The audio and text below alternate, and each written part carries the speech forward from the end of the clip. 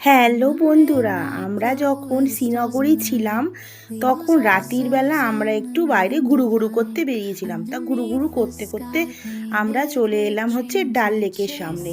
তো ডাল লেকে এসে দেখছি এত সুন্দর, রাত্রির বেলাটাও সবাই শিকারা চাপছে। তো রাত্রির বেলা যারা শিকারা চাপছে তারা মিনা বাজারও যাচ্ছে। আর উল্টো দিকে হচ্ছে এগুলো হাউস বোটগুলো দেখো, এত সুন্দর দেখতে লাগছে হাউস বোটগুলোতে। তো এত সুন্দর আলো সজ্জা যে এত ভালো লাগছে যে শিকারা রাইডসে দিনের বেলা এক উপভোগ করতে পারলে একরকম মজা আনন্দ উপভোগ করবে, তো রাত্রির বেলা তোমরা চাপতে পারলে তার আলাদা একটা উপভোগ করতে পারবে।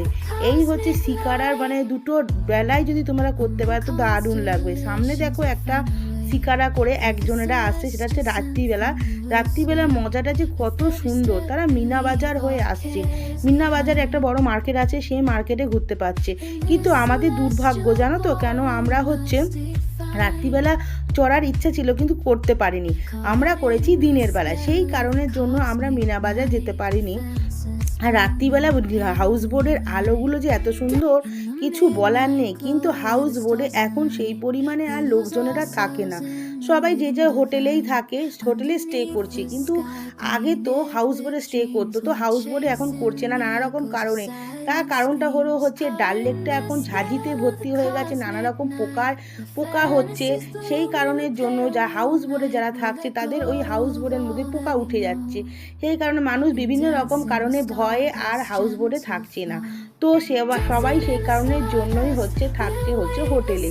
তো তোমার ডাল লেকটা হচ্ছে এতটাই ময়লা, এতটাই নোংরা, রাত্রিবেলা তোমরা বেশি ভালোই দেখতে পাচ্ছ ঝাঁঝিতে পুরো ভর্তি হয়ে গেছে। আর জলে একটা অদ্ভুত বাজে গন্ধ, যে ঝাঁঝি ভর্তি হয়ে গেলে অদ্ভুত গন্ধ ছাড়ছে, দেখতেই পাচ্ছ জলটা একদম নোংরা, একদম নোংরা। ডাল লেকটাই যেখানে ফেমাস জায়গা, সেখানটা এত সুন্দর জায়গা, সেখানে যদি এত নোংরা থাকে সেটা কখনো ভালো লাগে? কিন্তু আলোর জন্য যে এত ভালো লাগছে। আমরা যাই হোক বিকেলে একটু ঘুরতে গিয়ে এইসব দেখতে পেলাম। আবার অনেকে মাছও ধরছে, তার মানে মাছও আছে। এই যে দেখতে পাচ্ছ একজন দাদু বসে সে মাছ ধরছে। তো কিছু লোকেরা এই শিকারা চাপছে, যাতায়াত করছে। তা আলোটা আমার প্রচণ্ডই ভালো লেগেছে, এত ভালো লেগেছে যে আমি ক্যামেরা বন্দি করতে বাধ্য হয়েছিলাম, যে জিনিসটাকে আমরা ক্যামেরা বন্দি করে নিয়ে যাই।